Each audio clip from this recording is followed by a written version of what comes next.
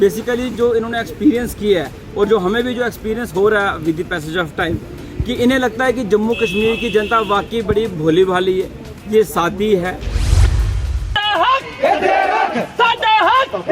और जो मुझे स्मार्ट मीटर की जो है वो जो समझ में आई, जैसे कि हमने एक रिचार्ज करवाया जियो का, हमारा डाटा प्लान था महीने का, वो डाटा प्लान जो है वो 20 दिन में ख़त्म हो गया।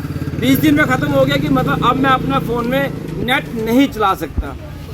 इसी तरह से जैसे मैं अपना वो रिचार्ज करूँगा, बिजली का जो मीटर होगा उसको कोई रिचार्ज करने का प्रोसीजर होगा, वो आधी रात को मैं सोया हूँ, आधी रात को वो ख़त्म हो गया, बिजली बंद। इनको ऐसा लगता है, खासकर जितेंद्र सिंह के विद ड्यू रिस्पेक्ट, उनको ऐसा लगता है कि रियासी के लोग बड़े शरीफ हैं। वो अक्सर बोलते हैं, रियासी के बीजेपी के लोगों ने अक्सर बोल दिया कि जितेंद्र सिंह के पास जाओ तो वो कहते हैं कि भाई अगर आपने मुझे वोट नहीं दिया, आपने मोदी जी को वोट दी है। अगर आपने मोदी जी को वोट दिया, मोदी से बात करो, मेरे से बात मत करो। जब जुल्म करेगा सत्ता के गलियारों से,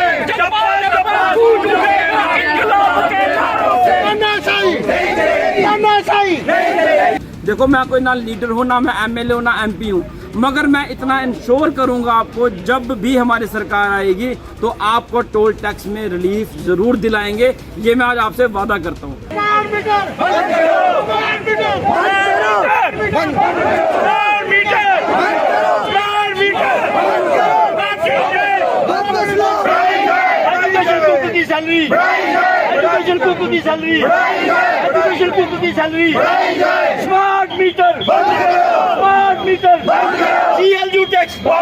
CLU tax, property tax, smart meter, prepaid meter.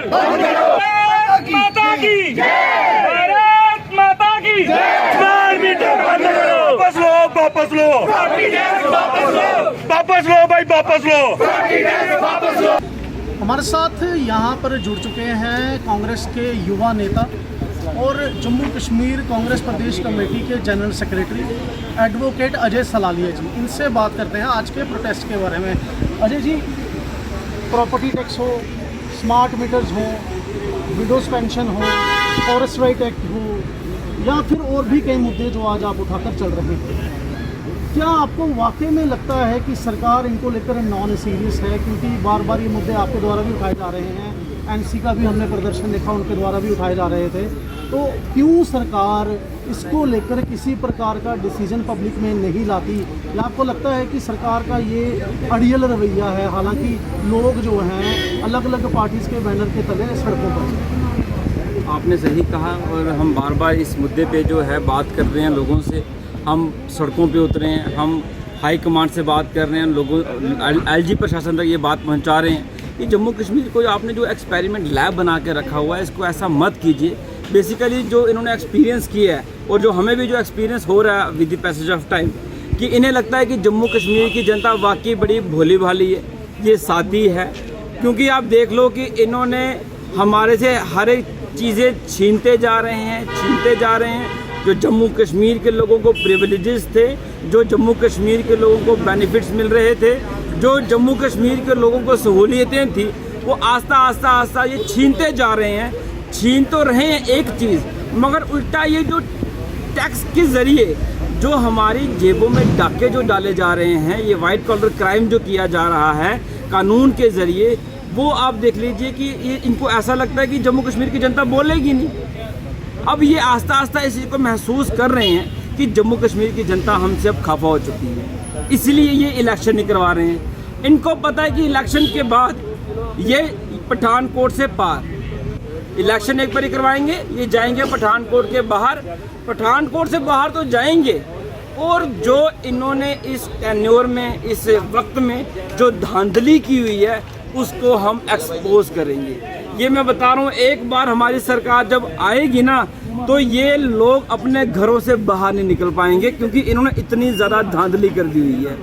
आप देख लीजिए भैया, मैं आपको ये बताना चाहूँगा, स्मार्ट मीटर की जो मुझे समझ में आई, स्मार्ट मीटर को लेके पर्टिकुलरली आज हमारा जो स्मार्ट मीटर के ऊपर था, in addition to smart meter हमारा बाकी टैक्सों के ऊपर भी था रोष कि उसको वापस, जैसे CLU का ये बार बार टैक्स ले रहे हैं, प्रॉपर्टी टैक्स ये ले रहे हैं, ज़मीनों के ऊपर टैक्स, छत के ऊपर टैक्स, ज़मीन से नीचे टैक्स, ज़मीन से ऊपर टैक्स, सांस लेने में टैक्स, खाने में टैक्स, पीने में टैक्स, तो मतलब हर जगह जो टैक्स की धांधली है। और जो मुझे स्मार्ट मीटर की जो है वो जो समझ में आई, जैसे कि हमने एक रिचार्ज करवाया जियो का, हमारा डाटा प्लान था महीने का, वो डाटा प्लान जो है वो 20 दिन में ख़त्म हो गया। 20 दिन में ख़त्म हो गया कि मतलब अब मैं अपना फ़ोन में नेट नहीं चला सकता। इसी तरह से जैसे मैं अपना वो रिचार्ज करूंगा, बिजली का जो मीटर होगा उसको कोई रिचार्ज करने का प्रोसीजर होगा, वो आधी रात को मैं सोया हूँ, आधी रात को वो ख़त्म हो गया, बिजली बंद। वह मैं रात को अगर मेरे अकाउंट में पैसे नहीं होंगे, मेरे पास नेट नहीं, अगर जब मेरा नेट नहीं होगा मैं वहाँ पे रिचार्ज कैसे करूँगा। तो मोर ओवर ये हमने एक्सपीरियंस इसमें जब हम स्टडी की हमने, तो हमें ये लगा कि ये एक तरीके की बहुत बड़ी धांधली है। हमने और जगह पता किया जहाँ पे जो मीटर लगे हुए थे, वहाँ पे जहाँ पे ये बिल 500, 700, 600 जहाँ पे आता था, वहाँ पे यही मीटर पहुँच के जो बिल पहुँच गए 3000, 3500, 4000 तक ये जो है बिल पहुँच गए हैं। अब बेसिकली ये स्मार्ट मीटर का मतलब हो गया स्मार्ट बिल। स्मार्ट बिल मतलब स्मार्ट पेमेंट। अब हम लोग इतने स्मार्ट भाई साहब नहीं हैं कि हमें इन स्मार्ट मीटर की ज़रूरत है, लिहाजा हम जैसे ग्राही हैं, हम जैसे हैं हमें वैसे रहने दीजिए, हम वैसे ही अपनी बिजली का बिल पे करेंगे। अब मैं आपको एक और चीज़, आपके जो व्यूअर्स जो सारे देख रहे हैं उनसे एक बात पूछना चाहूँगा। आप जो डाटा इस्तेमाल करते हैं अपने फ़ोन का, आपके पास कोई रिकॉर्ड है? आप अभी ये नेट का अगर इस्तेमाल कर रहे हैं, आपके फ़ोन में ये नेट का इस्तेमाल हो रहा है, आपके पास ये डाटा है कि आपने 1 GB कितने बजे इस्तेमाल किया, उसके बाद 2 GB कब ख़त्म हुआ, 3 GB कब ख़त्म हुआ? हमारे पास एक ही डाटा है, ये हमने रिचार्ज किया और ये ख़त्म हो गया। इसके बीच का डाटा क्या एक्चुअल में हमने इस्तेमाल किया या नहीं किया? ये क्या किसी के पास डाटा है? भाई साहब नहीं डाटा है, क्योंकि ये धांधली है। उनका मन किया ख़त्म कर दिया, उनका मन कर दिया भी है भी। तो इसलिए स्मार्ट मीटर के साथ भी यही कुछ होने वाला है। इनका मन करेगा भाई ये इस इलाके के 10 बंदों के कर दो, 10 बंदे के वहाँ कर दो, 10 बंदे के वहाँ कर दो। अब एक गांव में 10 बंदों के होंगे तो बाकी का ही होगा, भाई इसने इस्तेमाल की होगी।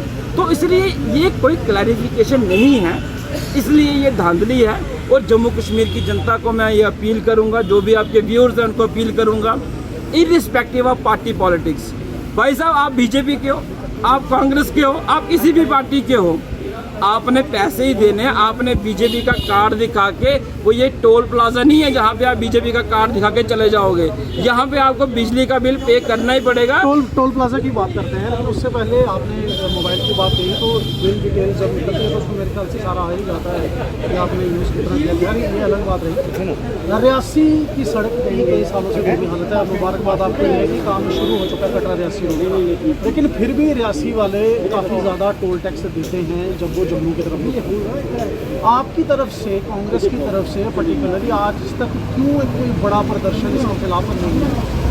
मैं आपको यहाँ पे गलत कहूँगा कि आपने शायद उन हमारे प्रोटेस्ट को शायद कवर नहीं किया, हमारे उस रोष को प्रकट नहीं किया। हम जब हमें मौका मिला हमने टोल टैक्स के खिलाफ सड़कों पर उतरे हैं। इवन हमें जब ये मौका मिला रियासी की जनता को, हमने इर्रिस्पेक्टिव ऑफ पार्टी, उन्होंने कहा कि हमारे जॉइंट यहाँ पे बनेगी कमेटी, हमने कहा ठीक है, अब रियासी की आवाम की बात है, रियासी की जनता की बात है, हम यहाँ पे पॉलिटिक्स को साइड पे रखेंगे, हम एक जॉइंट कमेटी के बैनर तले यहाँ पे काम करेंगे, क्योंकि यहाँ पे रियासी की जनता के साथ अत्याचार हो रहा है, इसलिए हमने पार्टी को साइड पे रखे। हमने कहा नहीं हम साथ में चलेंगे, मगर इन्होंने हमारी कोई नहीं सुनी। इनको ऐसा लगता है, खासकर जितेंद्र सिंह के विद ड्यू रिस्पेक्ट, उनको ऐसा लगता है कि रियासी के लोग बड़े शरीफ हैं। वो अक्सर बोलते हैं, रियासी के बीजेपी के लोगों ने अक्सर बोल दिया कि जितेंद्र सिंह के पास जाओ तो वो कहते हैं कि भाई अगर आपने मुझे वोट नहीं दिया, आपने मोदी जी को वोट दी है, अगर आपने मोदी जी को वोट दिया, मोदी से बात करो, मेरे से बात मत करो।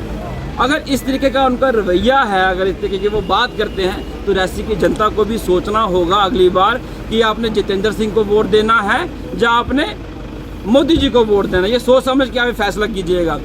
अब टोल टैक्स का जो है ये इतना छोटा सा इशू है, अगर आप उसको अदरवाइज नहीं, छोटा सा इशू है। छोटा सा इशू क्यों है? मैं आपकी जानकारी के लिए और लोगों की जानकारी के लिए भी बता दूं कि जो डीसी सोलन है हिमाचल में, सड़क का काम वहाँ लगा था, तो उन्होंने टोल में काफ़ी ज़्यादा गिरावट की ताकि लोगों के साथ इंसाफ हो सके। मैं अपनी बात को पहले सर कंप्लीट करना चाहूँगा भैया।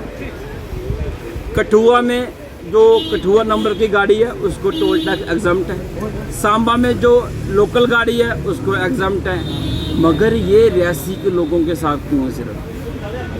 क्योंकि रियासी में उनको लगता है कि है ही कोई नहीं जी, यहाँ पे हमारे भक्त बैठे हैं, यहाँ पे कोई बोलने वाला नहीं, यहाँ पे जो मर्जी कर लें, इन्होंने हमें वोट देना है। इसलिए अब वक्त आ चुका है, रियासी की जनता को मैं कहूँगा कि अब वक्त आ चुका है बदलाव करने का, ताकि इनको लगे कि नहीं और भी लोग हैं। और मैं ये आश्वासन देना चाहूँगा, देखो मैं कोई ना लीडर हूँ, ना मैं एमएलए हूँ, ना एमपी हूँ, मगर मैं इतना इंश्योर करूँगा आपको, जब भी हमारी सरकार आएगी तो आपको टोल टैक्स में रिलीफ ज़रूर दिलाएंगे। ये मैं आज आपसे वादा करता हूँ, क्योंकि जहाँ जहाँ पे अगर हमारी पार्टी गलत होगी ना, मैं अपनी पार्टी के खिलाफ बोलूँगा। ये मैं बता रहा हूँ, ऑन माइक मैं ये बता रहा हूँ, अगर मेरी पार्टी भी अगर मेरे लोगों के साथ, रियासी की जनता के साथ नहीं खड़ी होगी, मैं अपनी पार्टी के खिलाफ भी बोलूँगा। क्योंकि टोल टैक्स भाई साहब ये एक बहुत बड़ी जाति है। ये शायद आप इसलिए कह रहे हैं क्योंकि अभी पावर में नहीं साहब, नहीं। आप हमारी हिस्ट्री देख लीजिए। मेरे फादर साहब ने हमेशा जब कांग्रेस खिलाफ, अगर मेरे फादर साहब ने अगर किसी एमपी ने एमएलए ने गलत किया उसके खिलाफ बोले, उस इलेक्शन में कभी नहीं चले जहाँ पे एमपी एमएलए गलत होगा घर बैठ जाएंगे, मगर उसका साथ कभी नहीं दिया। ये रिकॉर्ड रहा है और वही संस्कार उन्होंने हमें दिए हैं। उन्होंने हमेशा कहा है गलत का साथ मत दो, गलत के खिलाफ आवाज़ उठाओ, क्योंकि गलत को बर्दाश्त करने वाला भी उतना ही गलत है जितना गलत करने वाला है। इसलिए ये मैं, क्योंकि बात ये है कि टोल टैक्स हमारे ऊपर जाती है। अगर हम उधमपुर के होते, उधमपुर जाते, शायद हमें इतना नहीं टैक्स चुभता। हम छोटा सा पैच एक इस्तेमाल करते हैं और हमारे लिए कोई रिलीफ नहीं। ऐसा क्यों? अब ये कहते हैं कि इसमें कोई रूल्स नहीं है कि हम एग्जम्प्ट कर सकें। भाई कठुआ के लिए है, सांबा के लिए है, अगर हिमाचल में अगर वो कम कर सकते हैं, डीसी इज कॉम्पिटेंट। अब ये कहेंगे कि रियासी की डीसी का वो एरिया नहीं पड़ता है। भाई जम्मू कश्मीर का डिविजनल कमिश्नर है, फाइनेंशियल कमिश्नर है, एडवाइजर है, सेक्रेटरी है, एलजी साहब खुद है, क्या वो नहीं कर सकते क्या? इसलिए ये जो है ये एक तानाशाही चल रही है, जम्मू कश्मीर के अंदर लूट घसूट चल रही है। यहाँ से जितना टैक्स कलेक्ट किया जा रहा है वो सारा का सारा जो है वो सेंटर में लिया जा रहा है, मगर वापस कुछ आ रहा है? वापस कुछ नहीं दिया जा रहा हमें। यहाँ पे बेरोज़गारी सबसे ज़्यादा है, चरम सीमा पे जम्मू कश्मीर के अंदर बेरोज़गारी है। क्या इतने अनपढ़ लोग हैं? और पिछले जब से ये सरकार आई है तब से वो लिस्टें, यहाँ से लिस्टें निकालो, पीछे से खुद ही स्क्रैप कर देते हैं, उन्हीं को टेंडर देते हैं जो करप्ट लोग हैं। इसका मतलब ये कहीं ना कहीं मिली भक्ति है, ये कहीं ना कहीं आपस में मिले हुए हैं। लिहाजा मैं रियासी की जनता से, जम्मू कश्मीर की जनता से, जो भी आपके व्यूअर जाना है, सबसे अपील करूंगा, वोट देने की जब बारी आएगी तो वो अलग चीज़ है, मगर इन काले कानून के खिलाफ आप जोर शोर से रोष प्रकट कीजिए, ताकि अंधी गूंगी बहरी सरकार को आप लोग हम सब मिलकर जगा सकें। थैंक यू, शुक्रिया सर। ये थे अजय सलालिया जी, एडवोकेट हैं, हमेशा रियासी की बात रखते हैं और वाकई में इनके पिताजी का भी यही इतिहास रहा है कि उन्होंने रियासी को सर्वोपरि माना। लेकिन अभी की बात आपको बताते चलें तो काफ़ी युवा नाराज़ हैं अनएम्प्लॉयमेंट को लेकर भी। स्मार्ट मीटर्स हम जम्मू में देख रहे हैं कि औरतें अब सड़कों पर उतर आई हैं स्मार्ट मीटर्स की इंस्टॉलेशन को लेकर, और एलजी गवर्नमेंट के खिलाफ जमकर पूरे जम्मू में नारेबाजी हो रही है, जहां जहां भी स्मार्ट मीटर लगाने की कोशिश की जा रही है। अब एक नया टैक्स आया है, CLU टैक्स, जिसमें अगर आपको नक्शा पास करवाना है तो अब आपको भारी रकम अपनी जेब से पहले देनी पड़ेगी। प्रॉपर्टी टैक्स भी हम पे लिवाई किया जा चुका है और इसी को लेकर आज कांग्रेस का प्रोटेस्ट था। अब आप मुझे दीजिए इजाज़त, मैं हूँ हिमांशु शर्मा, कैमरामैन प्रदीप सिंह के साथ रियासी से।